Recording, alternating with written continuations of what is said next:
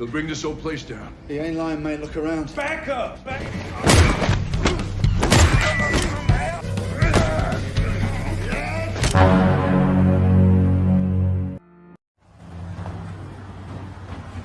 Film dibuka dengan menunjukkan seorang pria bernama Mike. Ia adalah seorang petarung MMA. Mike sedang pergi ke sasananya menemui sang pelatih agar dirinya dapat kembali bertarung di MMA.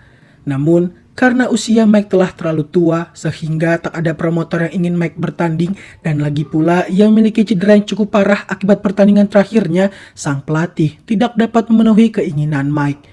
Mike mencoba meyakinkan pelatih agar dirinya dapat kembali ke ring MMA. Namun, sang pelatih masih ragu dengan Mike karena menurutnya Mike kini tidak dapat bersaing dengan petarung-petarung MMA muda. Mike pun meminta kepada pelatih untuk bertarung dengan salah satu petarung di sana. Jika Mike menang, maka ia dapat pertandingannya. Jika Mike kalah, maka Mike akan mengundurkan diri. I'll fight your golden boy out there, right now on the next card. If it wins, then fine. I want to finish. Don't leave it up to me.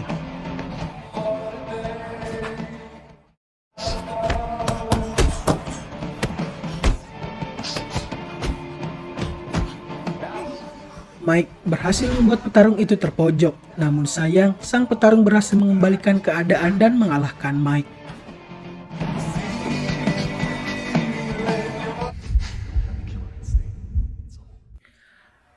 Mike yang tidak memiliki uang dengan terpaksa meninggalkan apartemennya. Keep your head up, huh? Mike melamar sebagai kuli bangunan untuk menopang hidupnya. Dan diketahui bahwa tempat Mike bekerja adalah sebuah gedung di mana dulunya gedung ini adalah sebuah tempat bagi anak-anak yang tak memiliki orang tua. Dan gedung ini akan digusur karena akan dibangun gor olahraga di atasnya. Kemudian kita diperkenalkan kepada seorang pria bernama Erickson.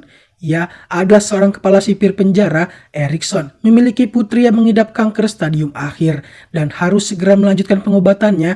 Namun sayang, Erickson tidak memiliki uang dan pihak asuransi juga tidak dapat mengklaim asuransi Erickson. Erickson meminta tenggat waktu kepada seorang perawat agar putrinya dapat kembali melanjutkan pengobatannya. Di penjara, kita diperkenalkan dengan seorang pria bernama Lando. Seperti napi lainnya, Lando bekerja di penjara tersebut. Ketika bekerja, Lando dihampiri oleh seorang pria yang menanyakan di mana uang milik Demian. Demian diketahui adalah seorang mafia yang kini juga berada di satu penjara bersama Lando. Lando tak ingin memberitahunya, dan terjadilah keributan di sana.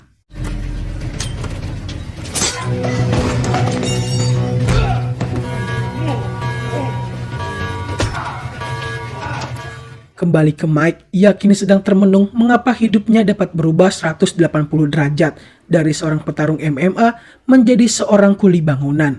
Dan tiba-tiba mandor proyek tersebut datang dan menegur Mike agar melanjutkan pekerjaannya karena penggusuran rumah sakit tersebut tinggal 2 hari lagi.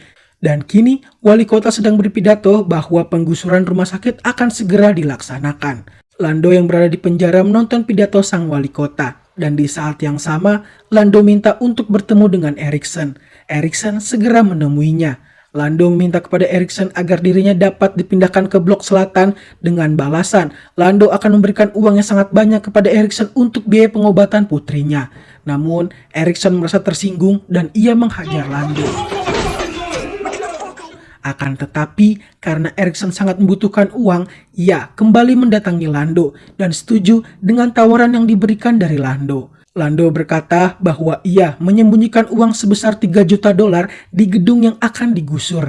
Dan kini Lando hanya ingin dirinya dipindahkan ke blok sel selatan, karena di blok sel ini Lando selalu disiksa oleh anak buah Demian. Dan ternyata pembicaraan itu diketahui oleh wakil kepala sipir yang telah bekerja sama dengan Demian.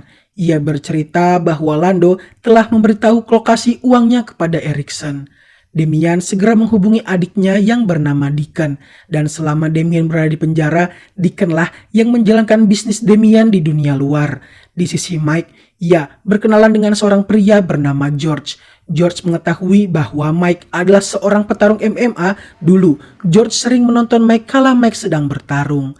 George bercerita bahwa setelah selesai dengan pekerjaannya, ia akan kembali ke Meksiko bersama keluarganya. Dan George juga merekomendasikan Mike untuk pindah ke Meksiko karena banyak wanita cantik di sana. I'm Mike. George. Wait a minute. Dan hari penggusuran pun tiba. Erikson berpamitan kepada sang anak bahwa ia akan pulang telat hari ini. Sedangkan di sisi Mike yang sedang bekerja, ia menemukan tas yang berisikan uang yang sangat banyak. Dan diketahui bahwa itu adalah uang milik Damian yang disembunyikan oleh Lando. Dan di sisi Deacon, ia juga telah menunggu di luar gedung untuk menjalankan aksinya. Namun ternyata Deacon memiliki niat jahat, yaitu ia akan mengambil seluruh uang milik kakaknya dan setelah itu ia akan pergi bersama sang kekasih. Dan ketika jam kerja telah usai dan seluruh pekerja diminta untuk segera pulang karena gedung akan diruntuhkan, Mike berkata kepada George bahwa ia harus kembali ke dalam karena jaketnya tertinggal. Dan Mike memberikan uang kepada George untuk membeli secangkir kopi.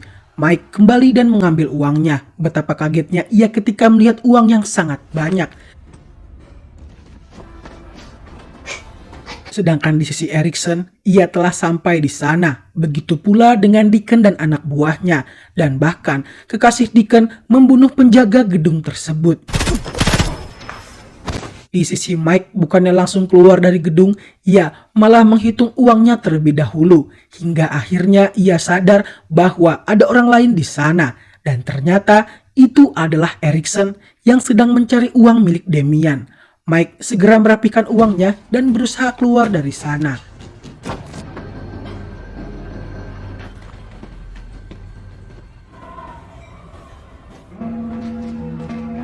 Erikson melihat uang yang berceceran di lantai dan ia menyadari bahwa uangnya telah diambil oleh seseorang. Sedangkan Mike yang ingin keluar, ia melihat kedatangan dari anak buah Deacon dan ia mencari jalan lain.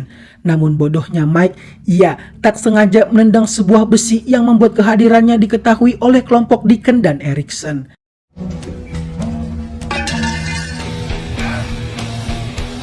Mike memutuskan kembali menyembunyikan uangnya. Di saat yang sama, Deacon memerintahkan anak buahnya untuk lebih hati-hati untuk menggunakan senjata karena seluruh gedung telah dipasangkan peledak. Mike bersembunyi di luar jendela dan di saat yang sama, Erikson juga bersembunyi di luar jendela yang tentu saja mereka saling bertatap satu sama lain. Sedangkan Deacon, ia masih mencari keberadaan uangnya. Dan anak buah Deacon menangkap seseorang yang mencurigakan dan ternyata itu adalah George. George kembali untuk mencari Mike yang tak kunjung datang. Namun sayang, George tewas karena Deacon dan anak buahnya curiga bahwa George lah yang mengambil uangnya karena ditemukan uang di saku George. Mike seketika teriak dan membuat keberadaannya diketahui.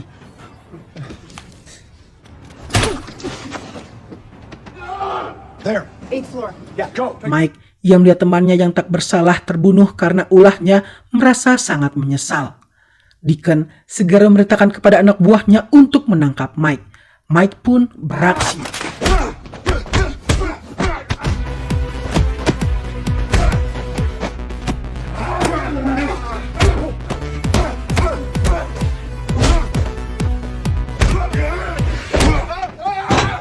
Ia berhasil membunuh salah satu anak buah Deacon dan setelahnya ia harus kembali berurusan dengan anak buah Deacon. Namun sayang, Mike berhasil tertangkap karena anak buah Deacon yang lain datang. Akan tetapi bukan Scott Adkins namanya jika ia tak berhasil lolos.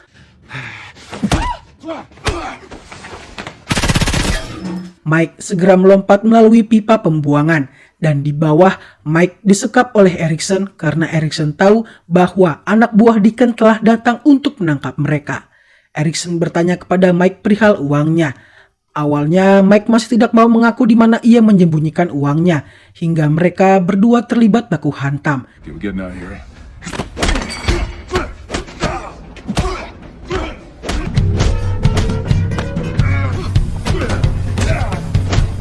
Dan tiba-tiba anak buah Deacon datang. Sontak Mike dan Erikson bekerja sama untuk mengalahkannya.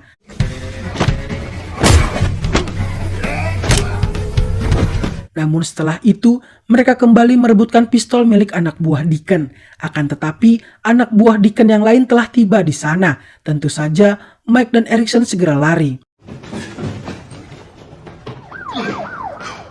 Sedangkan di luar, wali kota telah siap untuk meresmikan penggusuran gedung tersebut.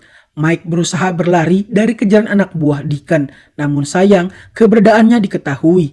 Mike memutuskan untuk melompat menuruni gedung, namun sayang Deacon telah menunggu di bawah.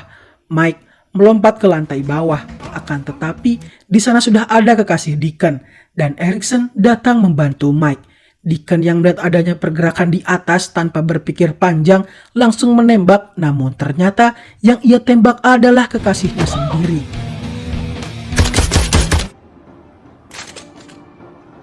Deacon pun sangat marah dan berjanji akan membunuh Erikson dan Mike. Erikson yang melihat Mike berdarah memutuskan untuk merawat luka Mike. Mike bertanya bahwa siapa kelompok yang mengejar mereka. Erikson pun memberitahu bahwa mereka adalah sekelompok mafia yang dipimpin oleh pria bernama Deacon. Erikson kembali menanyakan di mana uangnya, namun Mike masih enggan memberitahunya. Namun Erikson berkata bahwa jika mereka ingin keluar dari gedung ini, mereka harus bekerja sama. Dan di saat yang sama, Mike segera mencoba melumpuhkan anak buah Deacon untuk mengambil senjatanya. Namun sayang, ia terlempar dan Erikson dapat membunuhnya. Dan tiba-tiba datang anak buah Deacon yang lain. Erikson segera memerintahkan Mike untuk menembaknya. Dan akhirnya Erikson bercerita kepada Mike mengapa ia sangat membutuhkan uang tersebut. Mendengar cerita dari Erikson, Mike akhirnya memberitahu kepada Erikson di mana uangnya disembunyikan. Mereka memutuskan akan membagi dua uangnya. Dan waktu pengeboman tinggal 15 menit lagi. Mike ingin mereka terjun melalui saluran pembuangan, akan tetapi anak buah Deacon berada di bawah. Erikson pun memutuskan untuk pergi melalui sebuah atap yang ada di lantai 6. Dan Deacon mengetahui hal tersebut, sehingga mereka harus terlibat baku tembak.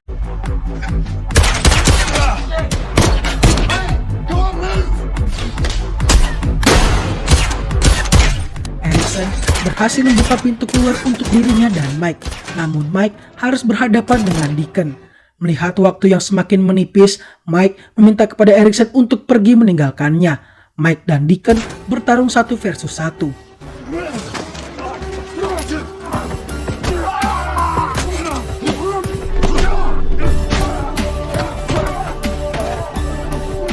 Sedangkan Erikson berhasil membunuh anak buah Deacon yang tersisa. Dan setelahnya, Erikson mengambil sebuah truk agar dapat pergi dari sana.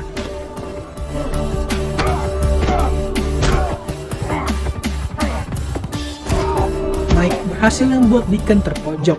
Mike yang melihat ada celah untuk kabur, ia segera berlari dan mengambil tasnya. Erikson yang melihat Mike sedang berlari, menunggu Mike agar Mike dapat melompat ke truknya. Sedangkan Deacon yang serakah sedang mengumpulkan uang yang tercecer. Dan Mike berhasil melompat tepat di truk yang dibawa oleh Erikson. Dan bom pun meledak. Deacon tewas di dalamnya. Mike dan Erikson berhasil selamat dan berhasil keluar dengan uang mereka. Beberapa hari setelahnya, Mike memutuskan memberikan sebagian besar uangnya kepada keluarga dari George, sedangkan dirinya akan pergi ke Meksiko mengikuti saran dari George. Film pun ditutup dengan Lando yang minta kepada Erikson untuk memindahkan Damian ke Blok Sel Selatan. Film pun selesai.